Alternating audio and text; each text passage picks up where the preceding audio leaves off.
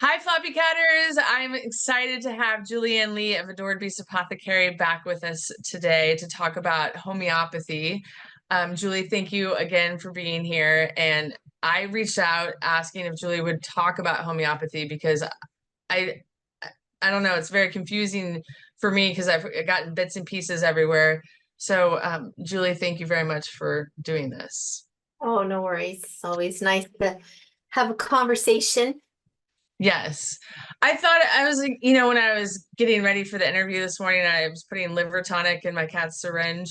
I was like, should I talk about Julie and like what she does? Like everyone's like, I want to introduce you, and then we'll give the credentials and stuff. And I was like, what I'm gonna do is I'm gonna be like, Julie, what do you say to someone when you're sitting next to them, like at a conference, like what do you do? Um, do you have an elevator speech? You're like, thanks for putting me on the spot. No, no, no, no, no, no, not at all. It's just I'm laughing because we're doing some slides today for a presentation I have to do, and they're like, so what bio do you want to use? The really short one or the really, really, really long one, like the book, or and it's even the really short one is like really long. So it is what I do now is I formulate products for Adored Beast Apothecary.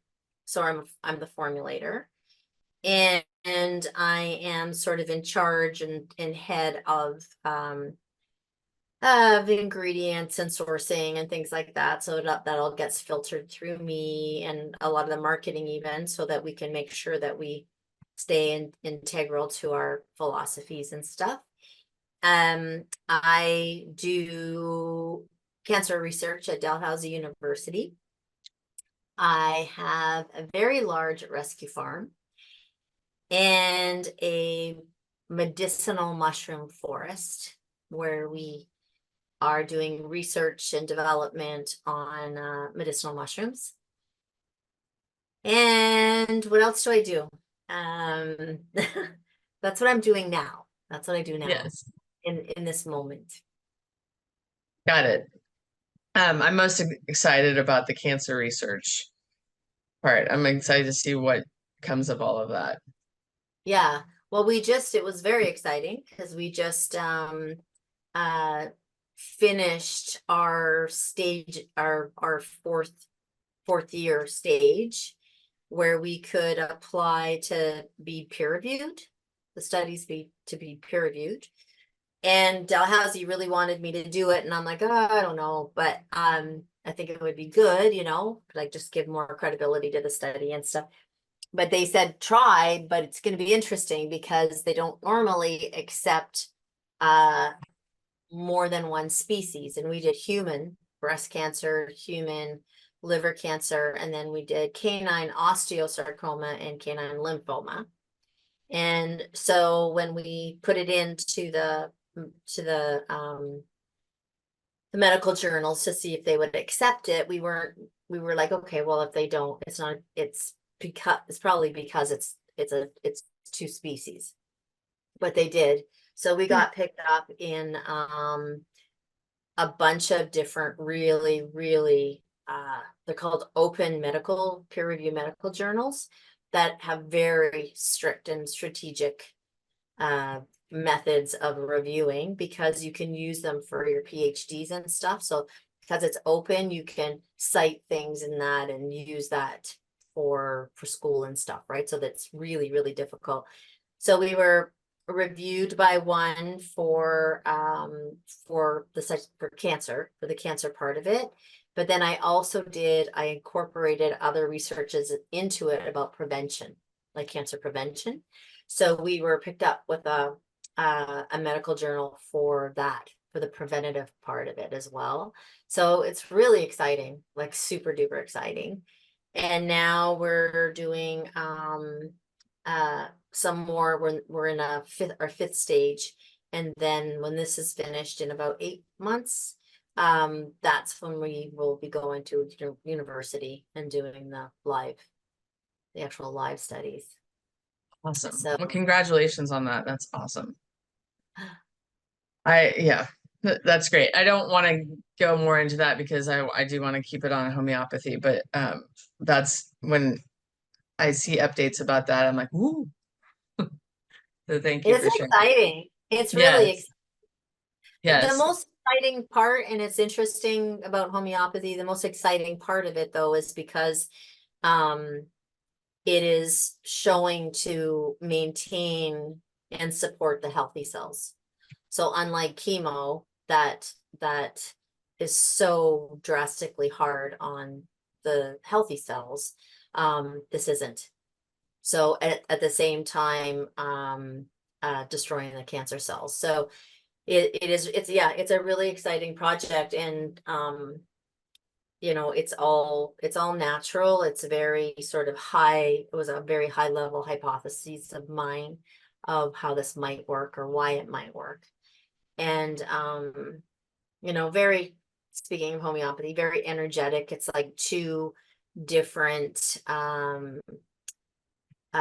natural ingredients in the synergistic process of the two of them working together. So, so it's a good segue into homeopathy, because um I feel like there's a lot of dynamic that happens in nature and in the world when it comes to nature. There's a lot of subtle dynamics that happen that we don't see or recognize because humans aren't very subtle or dynamic. So we kind of miss that and just look for the big things, the big wowzer stuff, right? Rather than really sitting in nature and looking at energy, right? At the energy of things and how things work. So, homeopathy is an energetic medicine. So it's kind of, for me, all one. There's not a lot of separation between anything like that. right. So, would you be able to give a clear and concise definition of what homeopathy is? Yeah, I mean, clear enough. If you it's very quantum, like, for anyone that knows quantum physics. Uh, it's based on Samuel Hahnemann was a medical doctor that was practicing in the era of a lot of very invasive treatments like bloodletting and leeching and like intense treatment. So he was bound and determined to find a way of doing no harm. Hence the whole thing of homeopathy is, above all, do no harm. That was his complete philosophy. So he searched, and he actually the first remedy that he prescribed was for, I think it was malaria. Um and it was China, a remedy called China, which is Sinocha bark from a tree. And the the concept of it is that you give, was either malaria or dysentery. I don't know. I can't remember.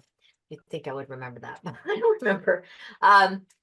And the very simple concept is, it's called likes cures likes. So homeopaths believe that symptoms are good thing. So that's where it gets confusing, because everyone's like, well, they're just treating the symptoms, they're just treating the symptoms, they're just treating the symptoms. That's actually not true. What's true is they're just suppressing the symptoms, they're just suppressing the symptoms, they're just suppressing the symptoms. So symptoms are very important because it's the body's language of a clear definition of what's going on. So when you address the symptoms homeopathically, like this, we're talking just homeopathy now, right? We're not talking like herbs and supplements and stuff. When you address the symptoms homeopathically, you want to try to get as close to every part of the symptom. So, two cats might have explosive diarrhea. and one cat's diarrhea is like unbelievably stinky and green, and she's hiding, right? Another cat might be like not smelly at all, brown, runny poop, and clingy, right? Wanting to be close to you because she's not feeling well. Those two remedies are completely different. Those two cats would be treated completely different. They wouldn't just be given a geriatric antibiotic, GI antibiotic that should be able to treat both cats. All the symptoms are taken into effect, the mental, emotional, and physical symptoms. The, you know, do they want heat? Do they want cold? Do they want, like, the modalities, it's even called. So that way you find a remedy that matches the similarity, so that it's similar, right? Well, you want to match as close as you can, and then you give that remedy. So what the philosophy is that like cures like. So if, I'm going to use apis, which is bee venom. So if somebody gets stung by a bee and it's swollen and it's burning and it's red and it's hot and it's edematous, you would give them apis. You would give them homeopathic apis. Now that's identical. That's a bee and a bee sting. But if someone got bitten by a mosquito, and the symptoms of that bite was the same, or let's say you smacked your arm on something and you got a very big edema swelling and it was hot and burning, and what apis could also work. So it's like something that's sort of like, that is like what the symptoms are presenting. And then Hahnemann believed that the body was smart enough that, which is something that we don't believe anymore. You know, science tells us that our bodies aren't very smart. But he believed that by giving a very small amount of something that was similar, it would educate quite quickly the body and how to respond to that. It's sort of like, here it is, body. The body goes, oh, wow, okay, cool. I see this. Now I know exactly what to do. So that's it in a nutshell. That it triggers the body's response by giving a remedy that is very much like the symptomatology on every level of that body, whether it's a horse, a cow, a cat, a dog, a person, doesn't matter.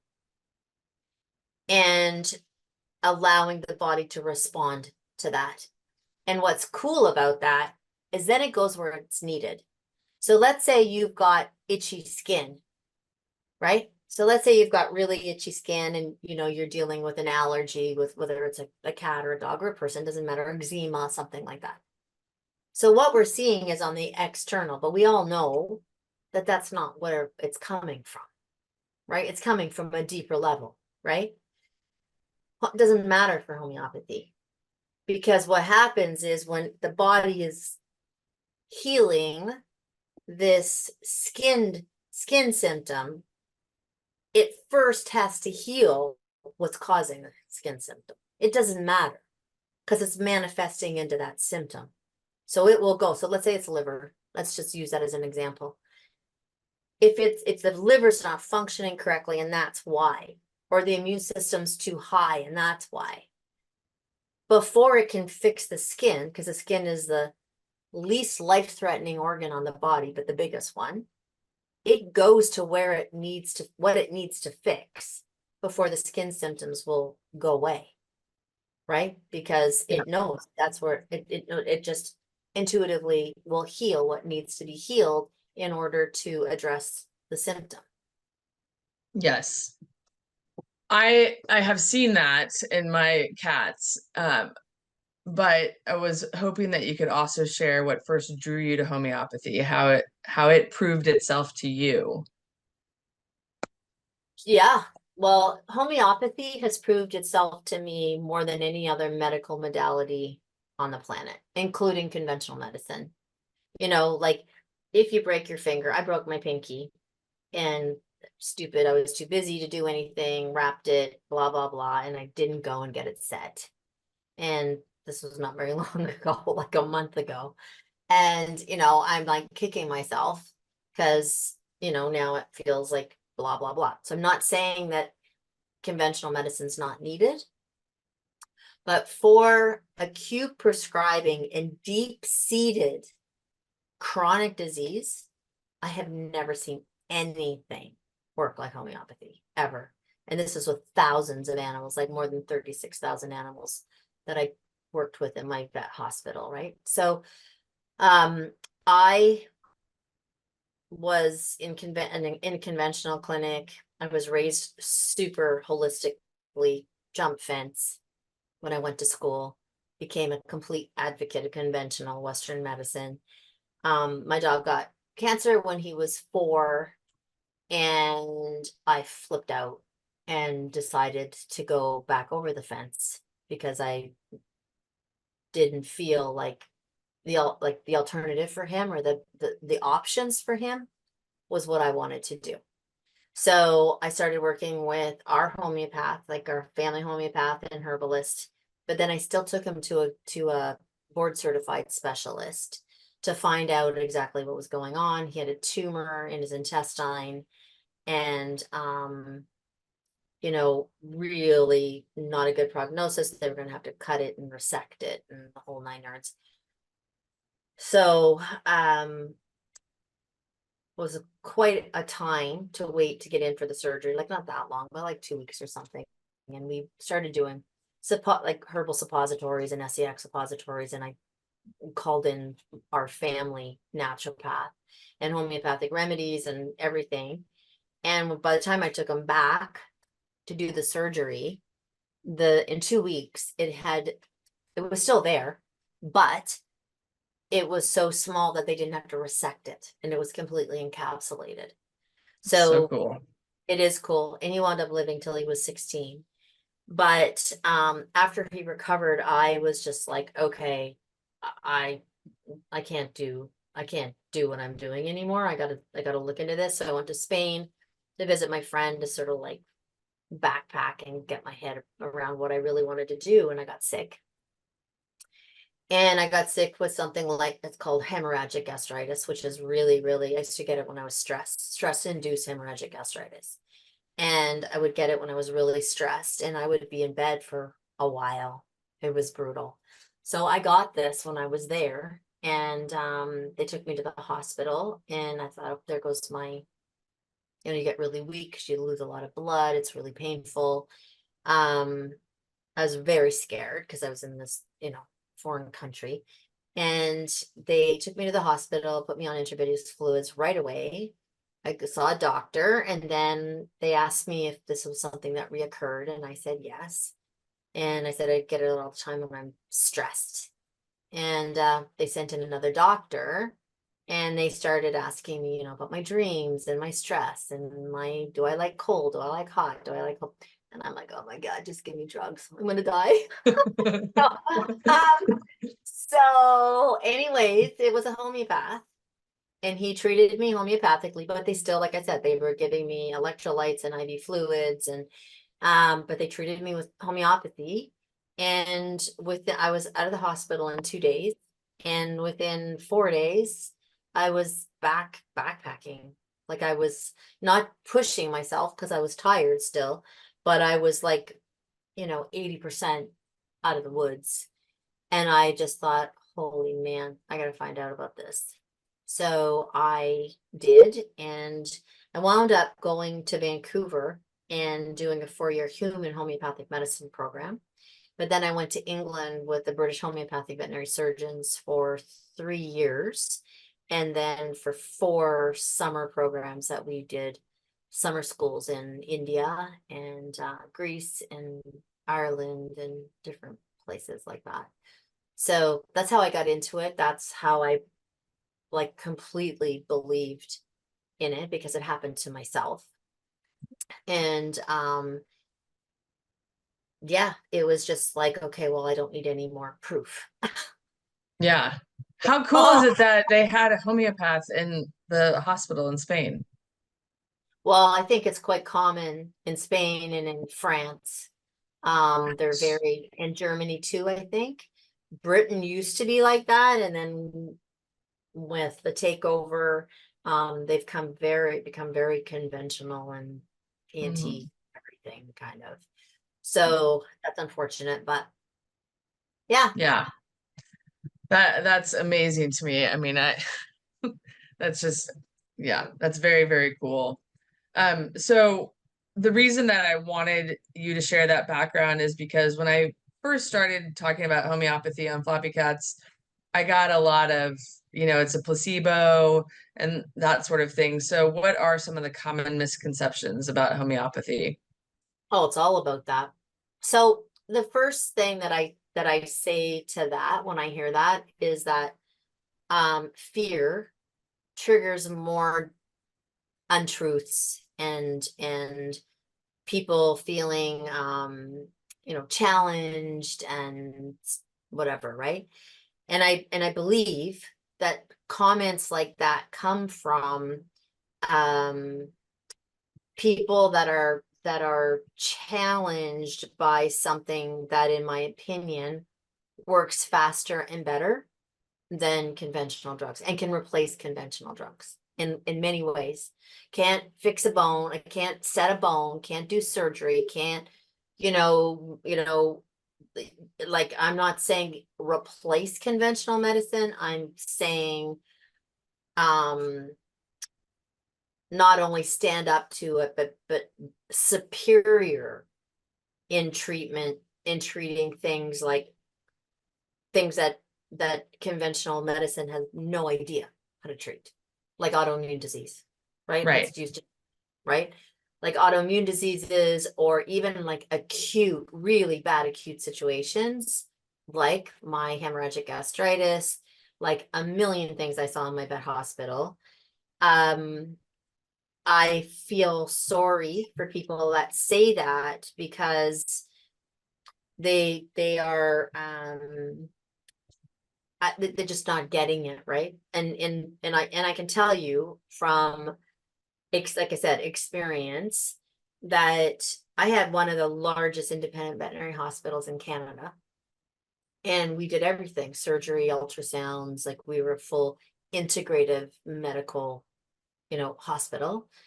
And we had thousands and thousands of files that we could prove without a shadow of a doubt that homeopathy addressed things like Pseudomonas, which a really, really intensely dangerous bacteria. Many cases of Pseudomonas in with bladder infections where antibiotics weren't working anymore. They came to us as a last alternative, because they'd been on so many antibiotics. So everything that we're talking about right now is all supported by diagnostics. I'm a diagnostic queen. I love non-invasive diagnostics. The more information I can have, the better. Because I remember lecturing at the American Veterinary Homeopathic Association at the conference, and I talked about physiology and homeopathy and trying to not only match the symptoms, but look at homeopathy and match it to the actual physiology. And we had, I showed that day, I showed an example of a case where it was a Great Dane, and she was, I think, only 11 months old, and she had gotten some kind of bone infection in her front leg. And they did antibiotic, intravenous, they did everything, and they were finally, and that one of the biggest medical facilities in all of BC, Can West, it was called, one of the biggest referral clinics in the world. And they didn't have any, they had said that she had to have her leg amputated, right? So they came to me, and it was fractured, had a bunch of small fractures. And I'm like, oh, great. And so I finally was like, and they're like, please, please, please. So I'm like, okay, the only way I'm gonna do this is if you go back every single week to Can West. I'm working with your orthopedic surgeon there, and we are using the same x-ray, and we're going to x-ray this dog's leg every week so that I can see exactly, or else I'm not going to know what's going on if I'm on the right, with the right remedy or whatever. Anyways, we treated this dog and it completely recovered, and it had severe osteomyelitis.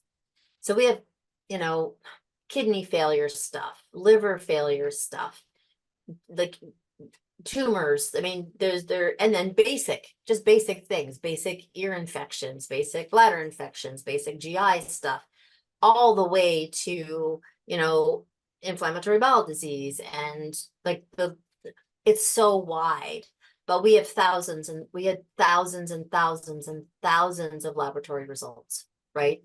Showing nothing else was changed. Nothing else was given except for homeopathy and maybe IV fluids, right? I mean, I'm a big one for fluids. So, maybe IV fluids, but that's it. We had a big parvo outbreak once at one of in Vancouver.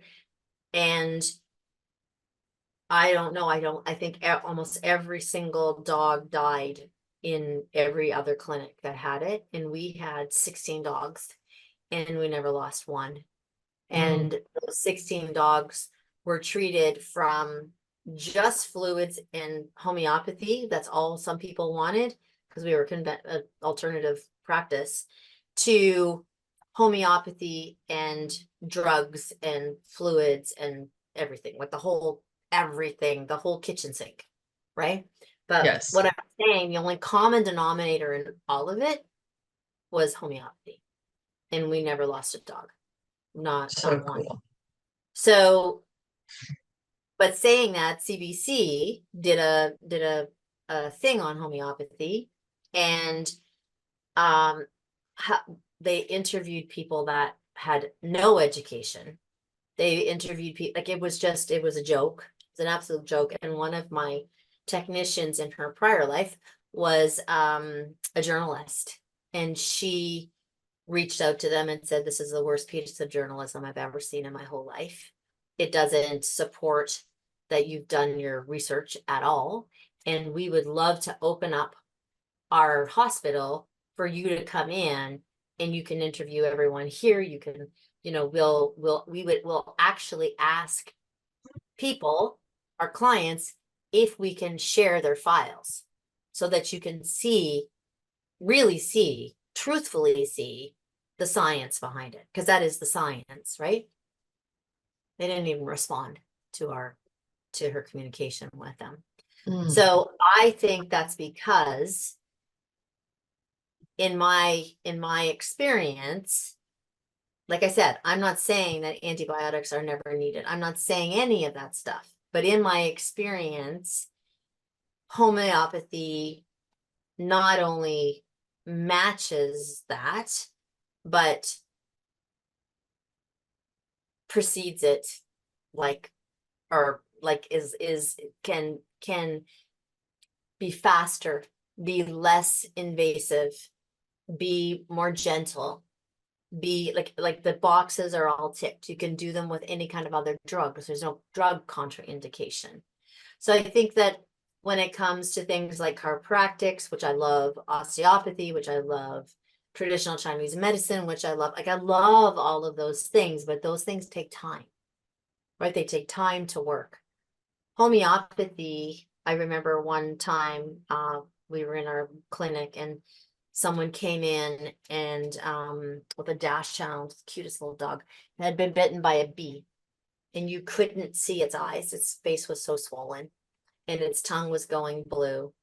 And everyone was running around for the crash kit to give him epinephrine and getting endotrachea tubes and like the whole, like intense, right? Like everybody's, and I grabbed apis and aconite and started dropping the pellets on, and I didn't even have water. Sounds disgusting and gross, but just like my farm girl nature came out in that moment. And I was just taking my fingers and licking my fingers and rubbing them on the pellets and rubbing it on his gums while Mm. everybody else was doing everything, right? I just thought, okay, I'm just going to stay here and I'm just going to do my thing. I'm going to let everybody else do their thing. I'm not going to get in the way, and we're just going to go. By the time that, and it was fast, we had an amazing team. By the time they came back, it was 40% better. By the time they got everything into him, he was 40% better already. Like you could hear Wow. him sort of being able to breathe. Like instead of it going, like you could hear the air come in. It was amazing. Like the owner was standing there and she couldn't believe it. So my point is, when people say things like that, it's sad that it is so dismissed like that, but I think it's dismissed because it's so powerful. So the powers that be are very condescending when it comes to homeopathy.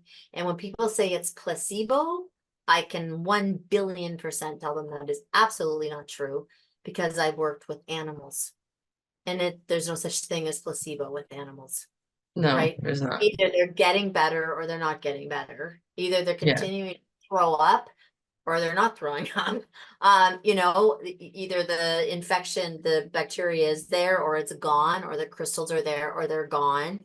Either they're breathing, if they have, an asthmatic cat, either they're wheezing and coughing or they're not wheezing and coughing. Like they're not, there is no placebo effect when it comes to animals. So I can fully say that is absolutely not true.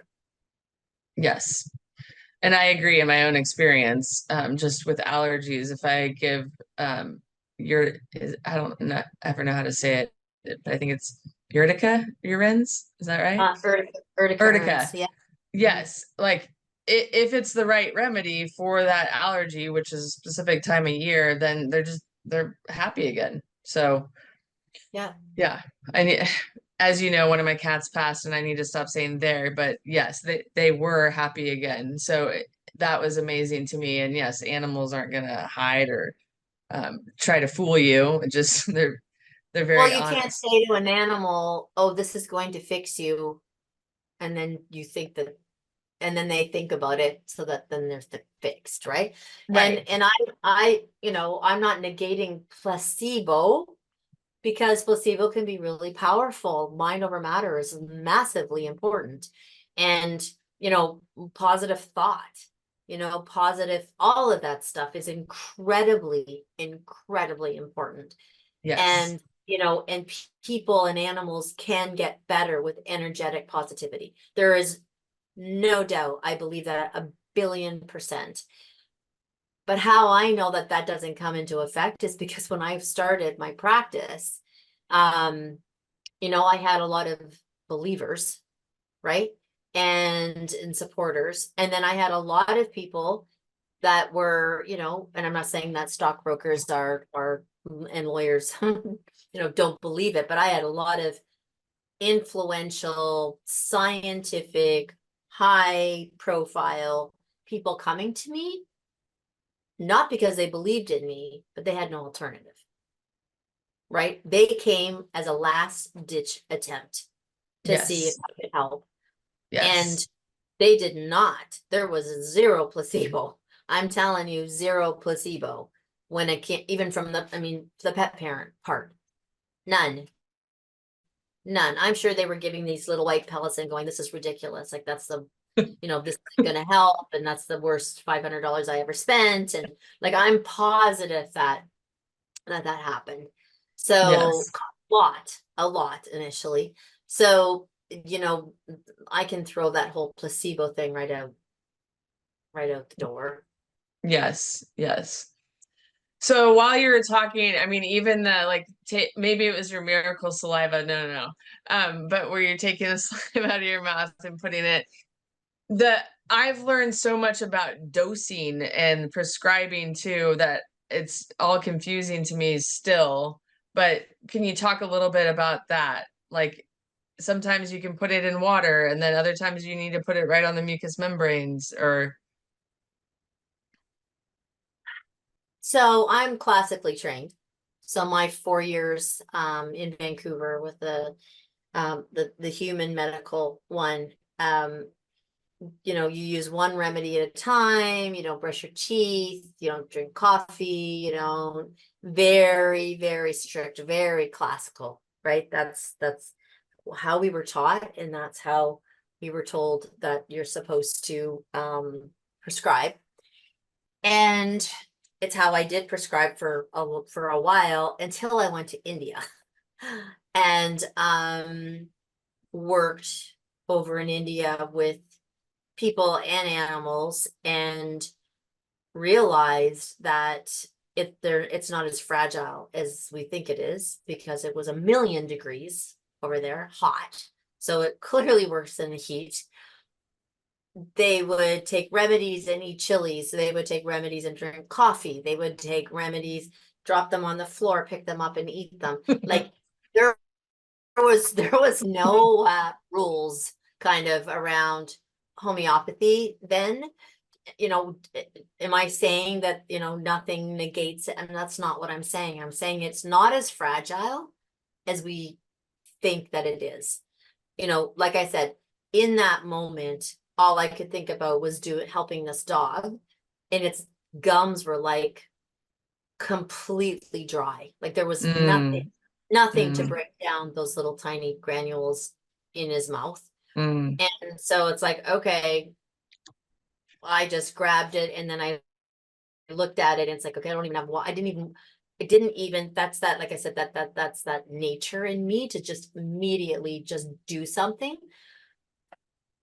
you know. So just licking my fingers and rubbing it in my hand and then putting it on his gums, like that's what I did, and it worked, you know. I have a very large horse rescue farm, and it goes right in their food, and it goes in their food with stinky other herbs and everything, right? We put it in an apple so that it's kind of like when they bite into it, it goes on their mucous membranes, you know? So like you put the sugar pellets on the apple, or okay. Yeah. In an apple or in a carrot, in a cored out carrot. Okay. I worked on dairy farms where they were in spray bottles, and they would do it vaginally, right? Spray it in vaginally. I've had, you know, I was the main clinic for Vancouver Orphan Kitten Rescue, you know, worked with more than 2,000 cats a year with those guys, and also volunteered my time with the trap and release. So lots of feral colonies, and, you know, you're looking at a cat that has its, you know, an abscess in its eye that you can't trap, right? And no matter what we're doing, we can't get this cat. And I would put it in their food. I would just mix it, and I would put it in their food, or soak their food in it, or make sure, you know, remedies. And, you know, within a very short period of time, you know, you start seeing the abscess come down. You start seeing, like, you know, we're monitoring these animals if we can't trap them. So yeah, I feel like you do what you need to do to get it done. That's what you do. Yes. Right. Yes. And you know, obviously best case scenario, away from food and in their, you know, like obviously if you can do that, but then people are like, oh, I didn't do it because I didn't have 20 minutes before we fed them. So I went to work, and then by the time I got back, it was too late. You know what I mean? It's like, just give it to them in their food. It's Yes. fine. Don't, Yeah. you know, don't worry about it. Yeah. So I want to have it. That's really cool that you had that experience in India to be able to witness that. Um, Whenever you talk about that whole thing, I like envision the movie Eat, Pray, Love, and I want like a movie made about your homeopathy experience through all the countries. It'd be really neat. Yeah, and it's neat. And sorry, this is terrible. I'm getting a It's text from the barn about a horse choking. Hold on. I mean, he's fine. It's just it's weird. So I have so many experiences, you know. That's why I'm saying, like, for me, It's just, you know, I had a, you know, a personal COVID experience myself that I really don't like going to the doctors. I really, hence my finger. I really don't like, you know, going to the hospital. I mean, if I absolutely have to, I do and I will. But I was really, really, really sick. And my farm manager was here, and one of the other girls that works for me that actually did a homeopathic course, and she was on the phone with my homeopath, and I could hear them downstairs saying to her, we're scared she's gonna die. She needs to go to the hospital. We want to call an ambulance. Like, we're really, really scared that she's gonna die. And she doesn't want to go. And you know, I'm listening to this and going, you know, just give me a little bit more time. And you know, they would give a remedy, and then 20 minutes later they'd phone my homeopath back, and then they would say, tell them what was happening with me, and then they would give me either a different remedy or a higher dose or the same dose or whatever.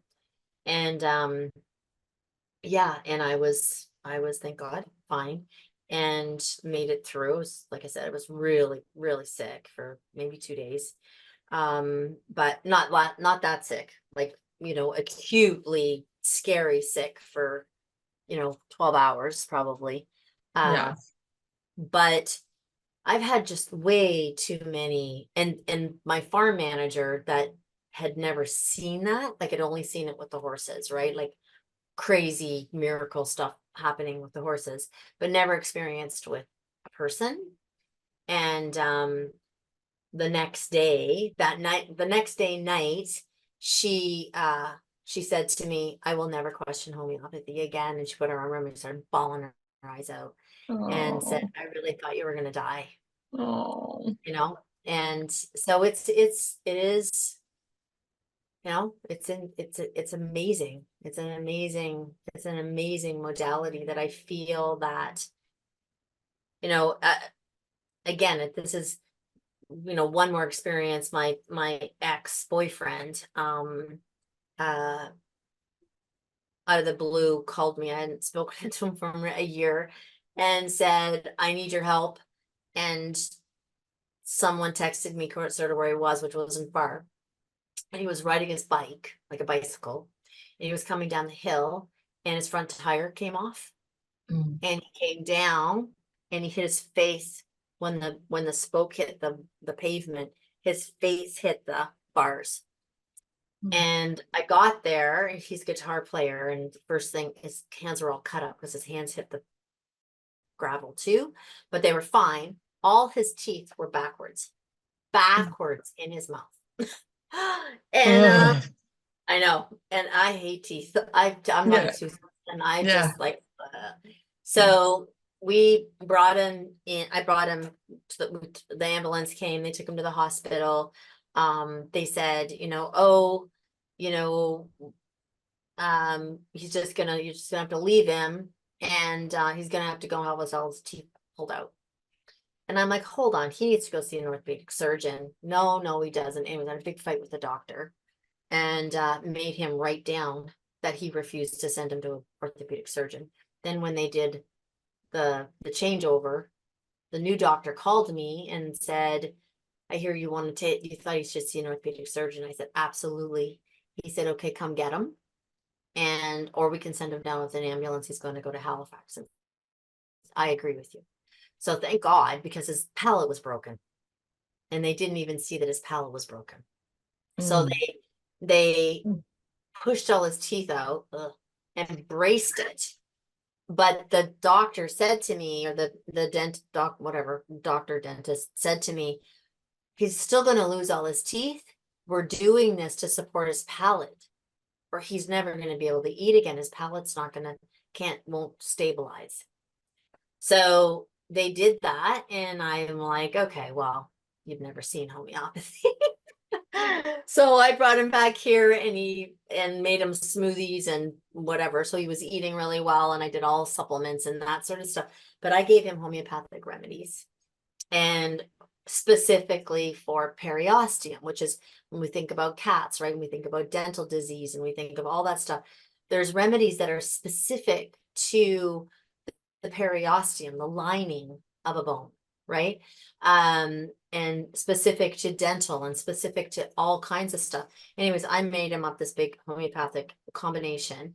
And he took that he had to go back down in 6 weeks, 8 weeks, went back down, and they could not believe it.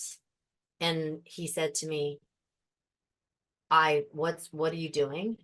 And I told him, and he said, the saddest thing ever is I want to learn this, but I won't be allowed to practice it.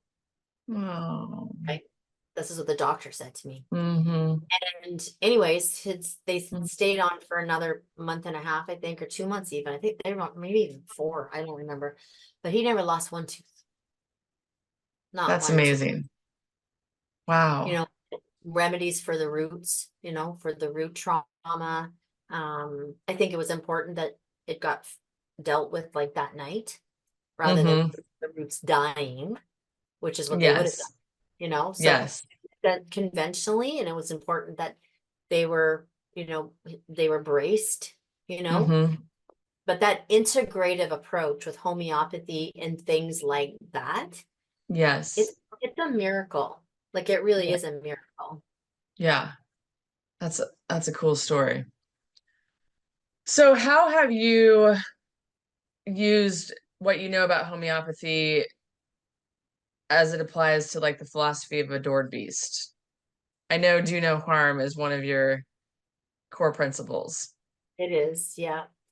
Well, in all of our protocols, we have remedies, Yes. right? So our easy peasy protocol, we use homeopathic remedies because I feel like when we're using a protocol, you have to have a remedy in there.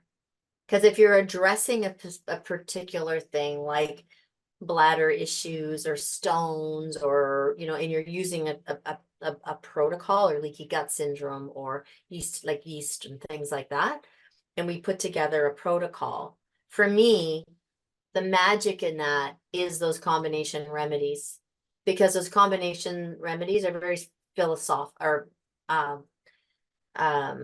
physiology, that's what I was talking about. They're not constitutional remedies, because I don't know the constitutions of all of these animals that they're going to. So Right. remedies will work from a physiological perspective still, right? And so when I'm thinking about things like that, I've created homeopathic formulas to support what we're trying to work with, like leaky gut. As an example, leaky gut causes, and same with inflammatory bowel disease, even if it heals, often it's scarred. So when the gut is scarred, it still isn't efficient. It's not absorbing its nutrients correctly and properly and efficiently, right? Right. There's you want to promote things like collagen, right? So that the junctions heal safely and in a healthy way. So the combination that's in the leaky gut protocol addresses that. It addresses trying to heal the epithelial cells, breaking down scar tissue at the same time as it's healing, trauma, inflammation. So when we do protocols, when I create a protocol, I always create a homeopathic remedy with it. Like I said, it's the magic bullet in protocols. The philosophy of above all do no harm is a big one. Like it goes way further than homeopathy, because it's a philosophy of do no harm with the environment, right? I can't source an ingredient where a white leopard's dying because they're smashing down a rainforest. I can't imagine trying to heal something at the same time harming nature. Like, it's just an oxymoron for me. I can't even imagine it. So and also looking for alternatives that speak to giving back to nature, or not taking from nature, or not, harming nature in any way. So yeah, the likes, cures, likes, or the above all do no harm thing is a massive one for me. Yes. So when you, what was the first Adored Beast product? Leaky gut protocol, Okay. Okay. which So everyone told us we were crazy to do a protocol with our first product. So yeah, I'm well, yeah, that's a big hit out of the park rather than just a, like liver tonic or something like that. yeah, yeah. Um, so and that was just based on all of the years of your veterinary practice, like what you had experienced and saw that we can have this protocol and it can treat multiple pets even if they have varying symptoms. Well, the reason that I put it together is because I feel like without addressing the gut, and leaky gut's one name for it. I call it gut trauma. There's mucosal lining trauma. There's a lot of different, you don't have to call it leaky gut. But without addressing the gut, it doesn't matter how great your food is. It doesn't matter what supplements you give. It doesn't matter. It really doesn't matter. Like, you're not going to effectively be able to support the health and longevity of anything with a really traumatized gut. So I decided to do that first, because then I wanted to come out with everything else in order to be like, okay, so let's do this. And the other reason that I did it is I honestly believe that 90% of all animals and people have really poor health in their gut. Mm. I think that that almost everyone has gut inflammation and gut trauma, and dysbiosis and stuff like that. So to do the protocol is not going to harm anything. It's not going to hurt any animal, person, nothing, to do the protocol, even if you didn't have leaky gut, even if you didn't have gut trauma. There's nothing in that protocol that would be detrimental, only supportive. Okay. So that's why it's like, just do it. Just you have a problem with an animal, just do it. Yes. Yes. So my question when it comes, basically, would you say that when you have remedies in your products, they're more combination remedies? Homeopathically, Y- yeah, Yes. yes, Okay. they're And so all when, they're all combination. okay. And so when you're creating those and doing them that way, it is more because not everybody has access to a homeopath that they can, work with specifically, and you're trying to treat several issues. Like how do you determine whether or not, I don't know. I should probably have more education behind me to be able to ask this question more intelligently. But how do you determine what remedies you want in that product to be able to treat all those different pets? Yeah. Well, first of all, I'm not treating them. Sorry. Yes. That's okay. Don't worry.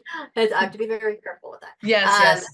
Uh, I the formulations that are in there, the homeopathic formulations that are in there, are formulations that I used in my practice already with thousands of animals, that I created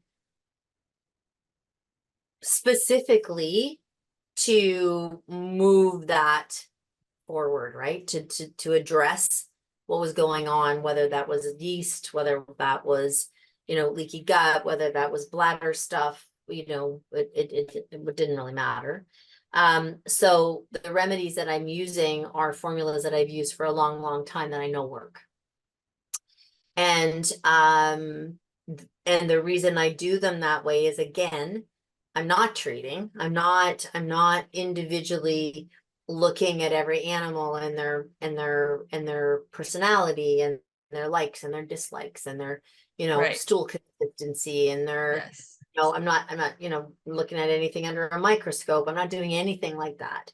So they are very, very based on physiology.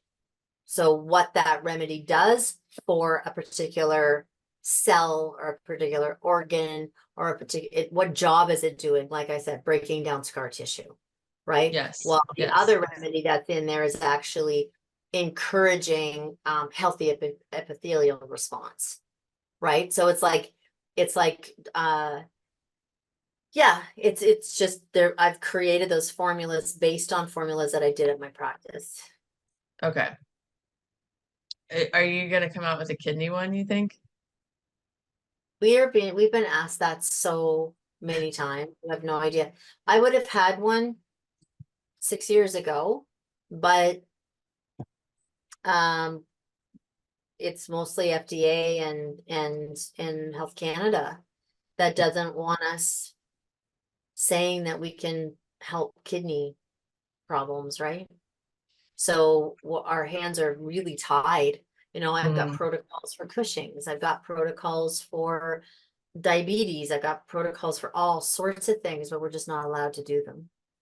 So, and or even say what they're for, which is really difficult, right? Like if you can't say, well, this protocol is for, renal insufficiency, doesn't replace, IV fluids, it doesn't replace sub-Q fluids, it doesn't replace veterinary care.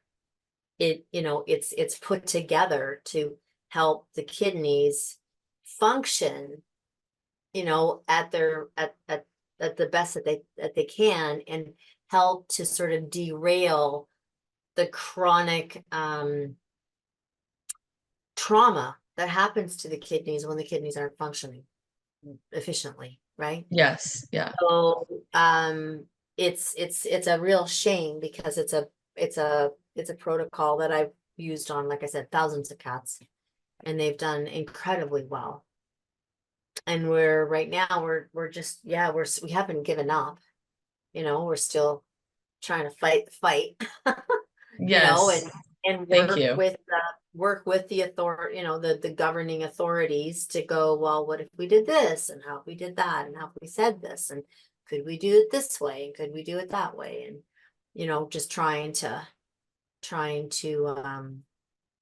do it the best we can, because Yes. there's so much out there for kidney disease. Holy Hannah. Like the amount of kitties that came in to see me, and I mean all the practice and all the vets that worked for me, with a diagnosis of 3 to 6 months, and they go on to live another 3 to 4 years. It's really a shame that we can't all work together somehow, some way, Yes. you know. Yes. It is. Yeah. Definitely.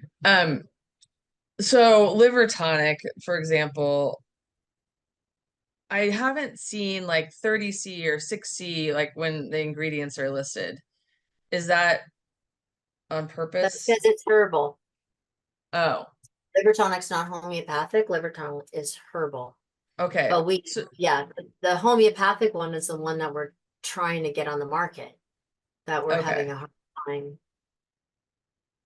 it Okay. being started. Got it.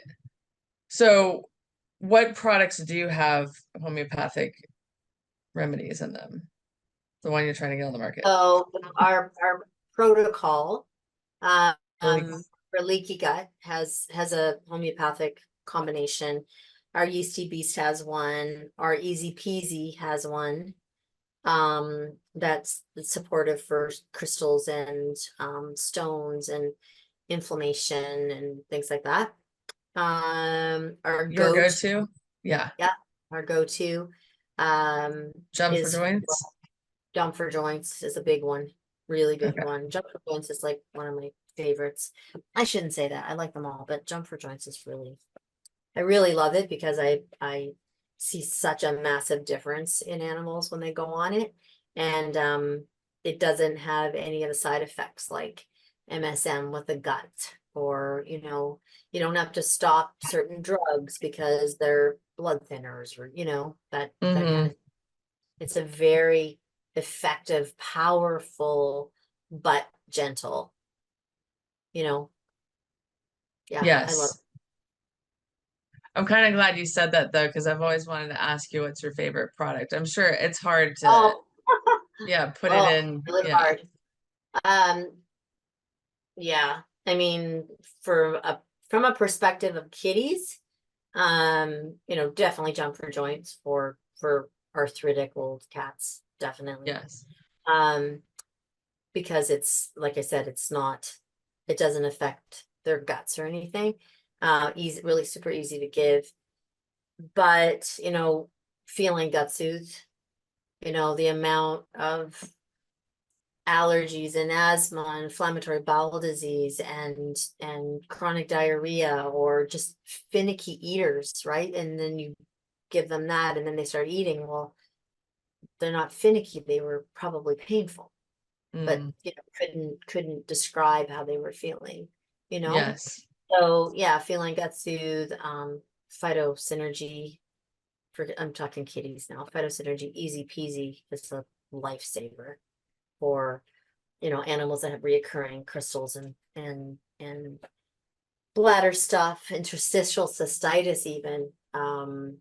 It's incredible for a lot of cats are misdiagnosed with bladder infections when they have interstitial cystitis, which is unbelievably painful, like unbelievably painful. So yeah, it's hard. Felix Flora, to have the species specific liver tonic is the one that I use all the time with my kidney cats at my clinic. They were always on liver tonic, at least some of them 4 times a day, you know? And you never took them off of it? No, never. Okay. Okay. And I never took them off of remedies either. So that's what I'm saying. We can do another one, about that, another podcast about that, because, the prescribing piece of homeopathy, all you have to remember is that homeopathy is considered a science and an art. That's all you have to remember. So long as the person that's prescribing has the foundation of the science and the philosophy really super grounded, right? So it's like they understand the philosophy and the teachings of Swami Hanuman, right? Like to the core. Once the foundation is built, then and solid, then they can build their house how they want and based on what works for them, because it's such an energetic medicine. I honestly believe that if people are using homeopathy and they have found something that really works and they understand it in a way that fits for them, then it's fine. I used to be such a snob and be like, oh, combination remedies, that's like blasphemy. Oh my goodness, don't even talk about that. Blah, blah, blah, blah, blah. I was like the worst. And then I got my practice and was like, are you kidding me? How am I going to do this? I can't give one single remedy to all the animals I was seeing. And I was the only one in Vancouver doing it. And I was being approached with hundreds and hundreds of animals, really sick, really, really sick animals. And the thing is that you're relying on, it's much like children, but if I gave you a remedy, let's say if I gave you a remedy and I said to you, okay, are you feeling less nauseous? And you're like, yeah, just a tiny bit less nauseous. I am, I can feel it.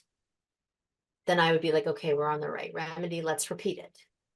Let's repeat that remedy, or let's watch another couple hours. And I can tell you, as soon as you maybe don't feel like you're continuing to improve, take it again. I can have that conversation with you. But Right. relying on a pet parent to see subtle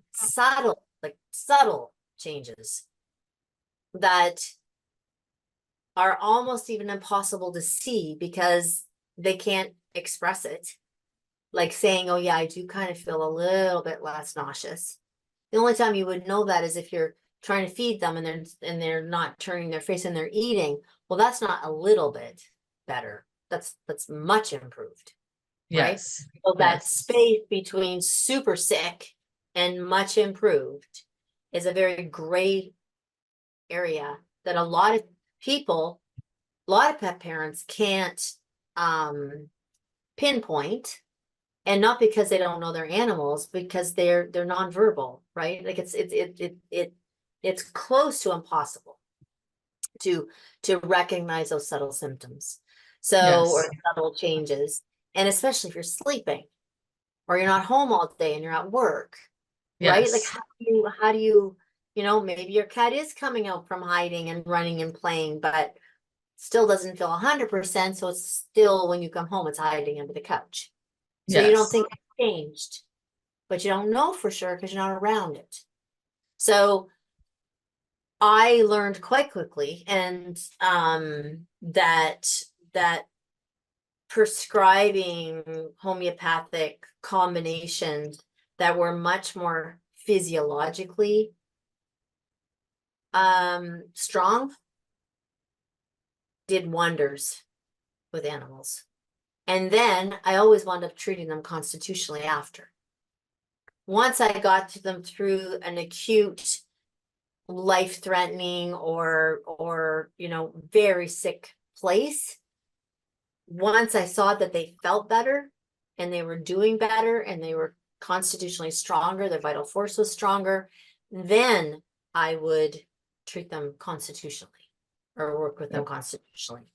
But not until then, because I just saw too many times things relapsing because of not being able to be aware enough of the changes, not being able to repeat it soon enough, or repeating it too soon, or not noticing something, you know Yes. Yes. Yeah. yeah. That. Yes. So so for me, from a perspective of prescribing, the prescriber themselves, I don't have any judgment anymore. I'm the most unjudgmental person about the way people prescribe now, because I learned my lesson to keep my freaking mouth shut. Because it, it's not that easy. I think it's virtually impossible to do that. And I saw a lot of combinations in Europe. I saw a lot of combinations in France work amazingly well. I saw combinations in India work amazingly well. So I witnessed it, right? I witnessed it in Britain. So I was very lucky to have that experience, so that I was able to incorporate it and then work with it by means of how it worked for me, how I Yes. was able to use it. Yeah. How do you go about finding a homeopath that you can trust? I mean, I know that you always refer people to Andrea Ring, but also that you're like, she's gonna hate me. Well, Um, yeah, she's so busy right now. I think she's got a waiting list of like 5 months. So mm, I can't even bug her anymore, unfortunately. Um,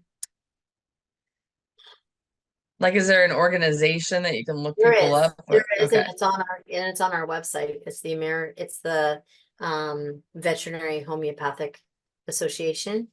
And what I would say is that when you do that, you need to go on, and there's literally where it says what percent of your practice is homeopathy. Is it 50% that you do homeopathic prescribing, or is it 3%? So I would contact the person with the most experience, that's been doing it the longest, that has the most experience, not whether they're classical or non-classical, but how long have they been doing it? How many animals have they worked with?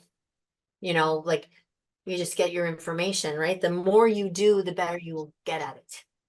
The more animals you're working with and the more cases that you do, the more you learn, right? It's like being an ultrasound, technician. If you're a board certified radiologist and all you're doing all day long is ultrasounds and looking at them, you're gonna see things that someone doing an ultrasound 3 times a week is not gonna see. Or if you're right. a board certified dental surgeon and you're doing dentistry all day long, every day, compared to, maybe one a day, or, like practice makes perfection for sure. Yes. Yes. Interesting.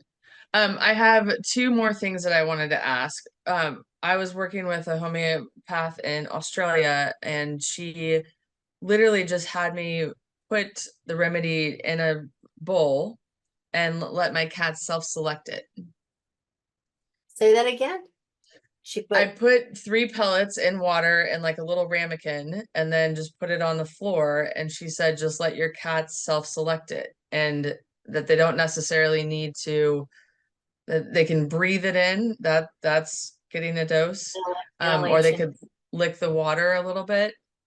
Um, so that I really like the self-selection thing, especially because I feel like our cats, well, if you don't let them outside, then they don't have the ability to self-select really. They're limited to their indoor environment. Um, so that was phosphorus 30C that we did, and they cleaned house. They took so many dumps after that.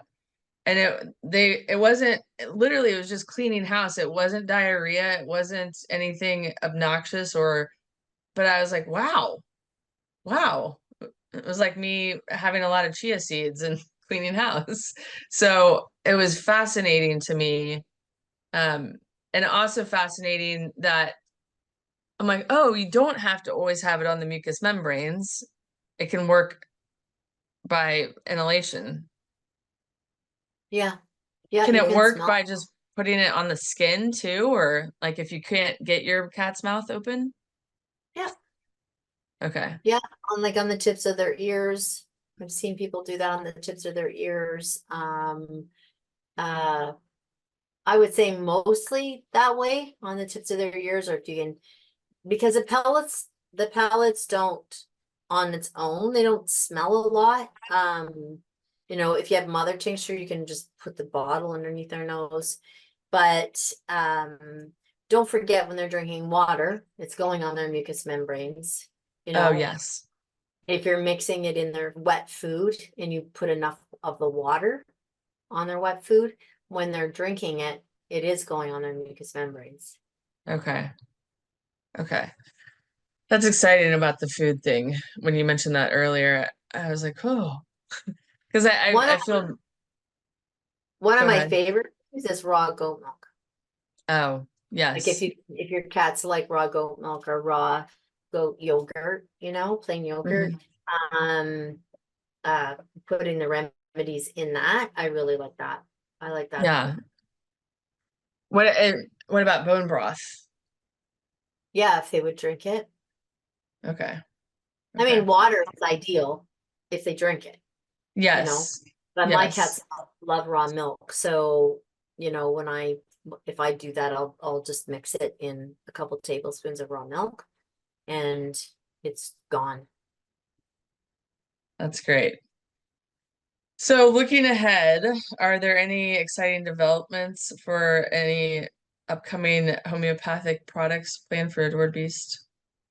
Oh yeah, there always is. It's so funny. I just did a big thing for all of our employees yesterday, and that's the first question that we got.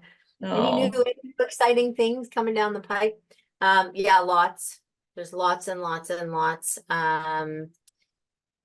One particular, I can't say what it is, but one is particularly exciting for me for dogs and cats because it's a product that, we've been, well, for me, I've never thought in a million years that it's kind of one product that we don't have that a lot of other places have. And I won't support it for ethical reasons. So we don't have anything that compares to that. So I've been working with a company for, oh my gosh, like a year and a half now, maybe, to produce something that I feel not only replaces that, but blows it out of the water, from and is way more ethical, like way more animal supportive. So that's coming soon, and we have some of the cancer stuff coming out with like the proactive piece of it. So we have a product, that product coming out as well, which is going to be super exciting. And another mushroom.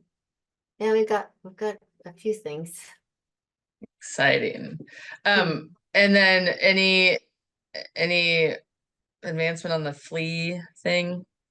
Oh, yeah. Well, You're like, we're Jenny, I've got enough on my plate. no, we have something, but it's the same thing. It's like working with regulatory stuff. Yeah. It's unfortunate because, pet stores can sell things that we know, are directly toxic to cats, like Zodiac, right?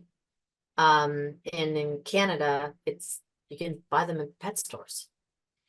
Mm, And we have so much data, not we, the world, science, veterinary clinics has so much data showing how unbelievably dangerous and toxic that is to cats.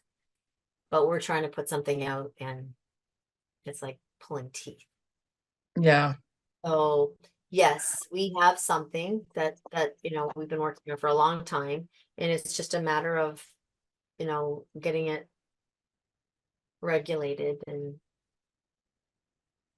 Okay. mhm. Well, I'm gonna say a prayer that and the kidney one comes out quickly. I know, I know. I wish they were out too. Yes. Yeah, that and our Cushing protocol because it works so well.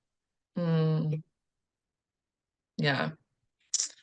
It's so frustrating just because of all the kitties that you could help, and the kitty that I have left has those two issues, fleas and kidney disease. So, Yeah, yeah. Thank you, thank you, thank you for doing this. you're welcome. I still feel like I gotta wrap a lot of my head around it because it's I don't know. It's so different from my Western education and how I was raised. So that's why, but I think it's really neat, and my cats definitely prove to me that it works. So I want to understand it more. So I really appreciate you doing this. And I'm so thankful for liver tonic. I I gave it to my cats 2 years ago, and all they did was lick, lick, lick. And so I stopped. I was like, "You're reacting to this. It's not working." And then I tried it again this going into allergy season this year, and they slept like babies. Now I did transition them to raw, and have worked really hard on them in those two almost 2 years. So maybe their bodies, were more prepared and not as they were 2 years Toxic. ago. Right. They weren't toxic, yeah. Yes.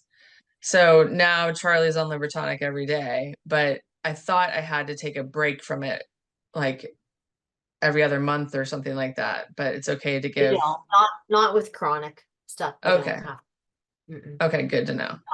No, I have animals on it for years, years and years and years and years. Okay. Mm. Good to know. Well, thank you, Julie. And You're very welcome. I don't know if you've been watching your cat, but she's been so entertaining. She's just hanging out. I You have no know. idea she has white on her, depending on how she's laying. I know. She's Yeah, beautiful. we have 5, 6, 7, 8 cats. Man, do they all get along? Depending on the weather.